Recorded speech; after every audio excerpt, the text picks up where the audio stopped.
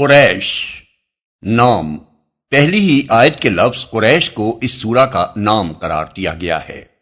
زمانہ نزول اگرچہ ضحاک اور کلبی نے اس کو مدنی کہا ہے، لیکن مفسرین کی عظیم اکثریت اس کے مکی ہونے پر متفق ہے، اور اس کے مکی ہونے کی کھلی شہادت خود اس سورہ کے الفاظ رب ھذا البیت یعنی اس گھر کے رب میں موجود ہے۔ اگر یہ مدینے میں نازل ہوتی تو خانہ کعبہ کے لیے اس گھر کے الفاظ کیسے موضوع ہو سکتے تھے؟ بلکہ اس کے مضمون کا سورہ فیل کے مضمون سے اتنا گہرا تعلق ہے کہ غالباً اس کا نزول اس کے متصلاً بعد ہی ہوا ہوگا۔ دونوں سورتوں کے درمیان اسی مناسبت کی بنا پر سلف میں سے بعض بزرگ اس بات کے بھی قائل ہوئے ہیں کہ یہ دونوں دراصل ایک ہی سورت ہیں۔ اس خیال کو تقویت ان روایات کی بنا پر ملی ہے کہ حضرت ابی بن کعب کے مصحف میں یہ دونوں ایک ساتھ لکھی ہوئی تھی اور درمیان میں بسم اللہ مرقوم نہ تھی۔ نیز یہ کہ حضرت عمر رضی اللہ عنہ نے ایک مرتبہ کسی فصل کے بغیر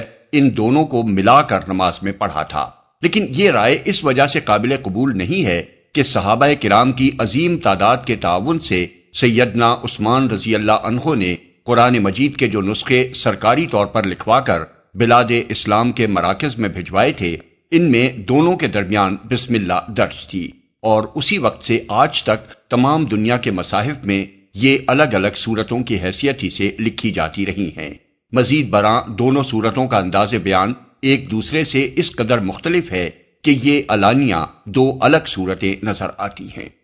تاریخی پس منظر اس سورہ کو ٹھیک ٹھیک سمجھنے کے لیے ضروری ہے کہ اس تاریخی پس منظر کو نگاہ میں رکھا جائے جس سے اس کے مضمون اور سورہ فیل کے مضمون کا گہرا تعلق ہے۔ قریش کا قبیلہ نبی صلی اللہ علیہ وسلم کے جد اعلیٰ قصی بن کلاب کے زمانے تک حجاز میں منتشر تھا۔ سب سے پہلے قصی نے اس کو مکے میں جمع کیا اور بیت اللہ کی تولیت اس قبیلے کے ہاتھ میں آ گئی۔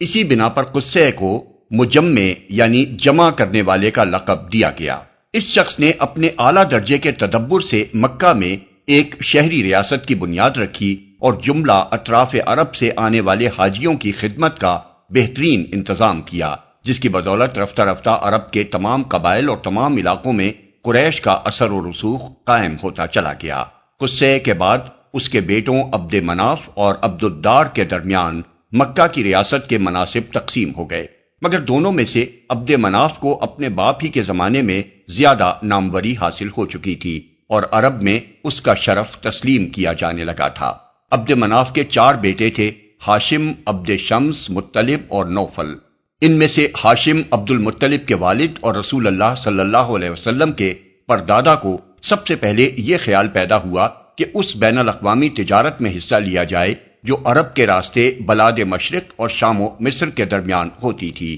اور ساتھ ساتھ اہل عرب کی ضروریات کا سامان بھی خرید کر لایا جائے تاکہ راستے کے قبائل ان سے مال خریدیں اور مکے کی منڈی میں اندرون ملک کے تجار خریداری کے لیے آنے لگیں۔ یہ وہ زمانہ تھا جب ایران کی ساسانی حکومت اس بین الاقوامی تجارت پر اپنا تسلط قائم کر چکی تھی جو شمالی علاقوں اور خلیج فارس کے راستوں سے رومی سلطنت اور بلاد مشرق کے درمیان ہوتی تھی۔ اس لیے جنوبی عرب سے بحر احمر کے ساحل کے ساتھ ساتھ جو تجارتی راستہ شام و مصر کی طرف جاتا تھا اس کا کاروبار بہت چمک اٹھا تھا۔ دوسرے عربی قافلوں کی بنسبت قریش کو یہ سہولت حاصل تھی کہ راستے کے تمام قبائل بیت اللہ کے خدام ہونے کی حیثیت سے ان کا احترام کرتے تھے۔ حج کے زمانے میں نہایت فیاضی کے ساتھ حاجیوں کی جو خدمت قریش کے لوگ کرتے تھے اس کی بنا پر سب ان کے احسان مند تھے۔ انہیں اس امر کا کوئی خطرہ نہ تھا کہ راستے میں کہیں ان کے قافلوں پر ڈاکہ مارا جائے گا۔ راستے کے قبائل ان سے راہگزر کے وہ بھاری ٹیکس بھی وصول نہ کر سکتے تھے جو دوسرے قافلوں سے طلب کیا جاتا تھا۔ ہاشم نے انہی تمام پہلوؤں کو دیکھ کر تجارت کی اسکیم بنائی اور اپنی اس اسکیم میں اپنے باقی تینوں بھائیوں کو شامل کیا۔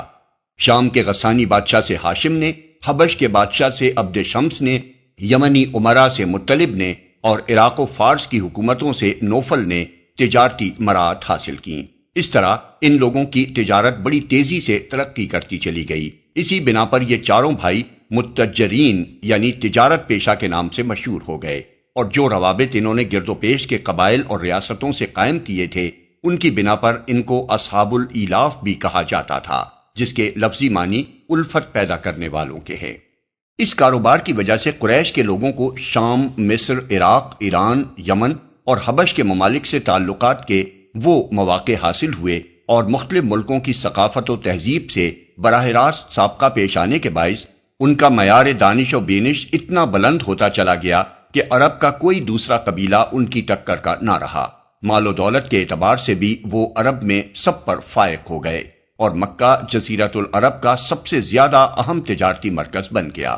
ان بین الاقوامی تعلقات کا ایک بڑا فائدہ یہ بھی ہوا کہ عراق سے یہ لوگ وہ رسم الخط لے کر آئے جو بعد میں قرآن مجید لکھنے کے لیے استعمال ہوا۔ عرب کے کسی دوسرے قبیلے میں اتنے پڑھے لکھے لوگ نہ تھے جتنے قریش میں تھے۔ انہی وجوہ سے نبی صلی اللہ علیہ وسلم نے فرمایا تھا کہ قریش قادۃ الناس، قریش لوگوں کے لیڈر ہیں۔ مسند احمد، مرویات عمرو بن العاص۔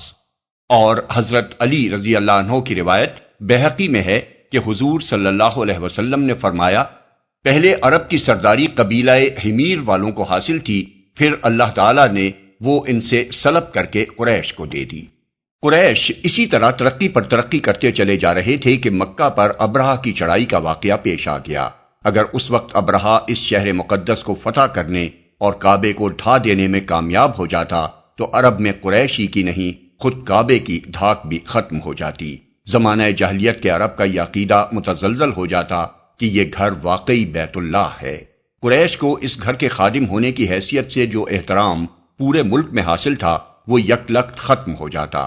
مکہ تک حبشیوں کی پیش قدمی کے بعد رومی سلطنت آگے بڑھ کر شام اور مکہ کے درمیان کا تجارتی راستہ بھی اپنے قبضے میں لے لیتی اور قریش اس سے زیادہ خستہ حالی میں مبتلا ہو جاتے جس میں وہ قصے بن کلاب سے پہلے مبتلا تھے۔ لیکن جب اللہ تعالیٰ نے اپنی قدرت کا یہ کرشمہ دکھایا کہ پرندوں کے لشکروں نے سنگریزے مار مار کر ابرہہ کی لائی ہوئی 60,000 حبشی فوج کو تباہ و برباد کر دیا اور مکہ سے یمن تک سارے راستے میں جگہ جگہ اس تباہ شدہ فوج کے آدمی گر گر کر مرتے چلے گئے، تو کعبہ کے بیت اللہ ہونے پر تمام اہل عرب کا ایمان پہلے سے بدرجہ زیادہ مضبوط ہو گیا اور اس کے ساتھ قریش کی دھاک بھی ملک بھر میں پہلے سے زیادہ قائم ہو گئی۔ اب عربوں کو یقین ہو گیا کہ ان لوگوں پر اللہ کا فضل خاص ہے۔ وہ بے کھٹ کے عرب کے ہر حصے میں جاتے اور اپنے تجارتی قافلے لے کر ہر علاقے سے گزرتے۔ کسی کی یہ جرت نہ تھی کہ ان کو چھیڑتا۔ انہیں چھیڑنا تو درکنار، ان کی امان میں کوئی غیر قریشی بھی ہوتا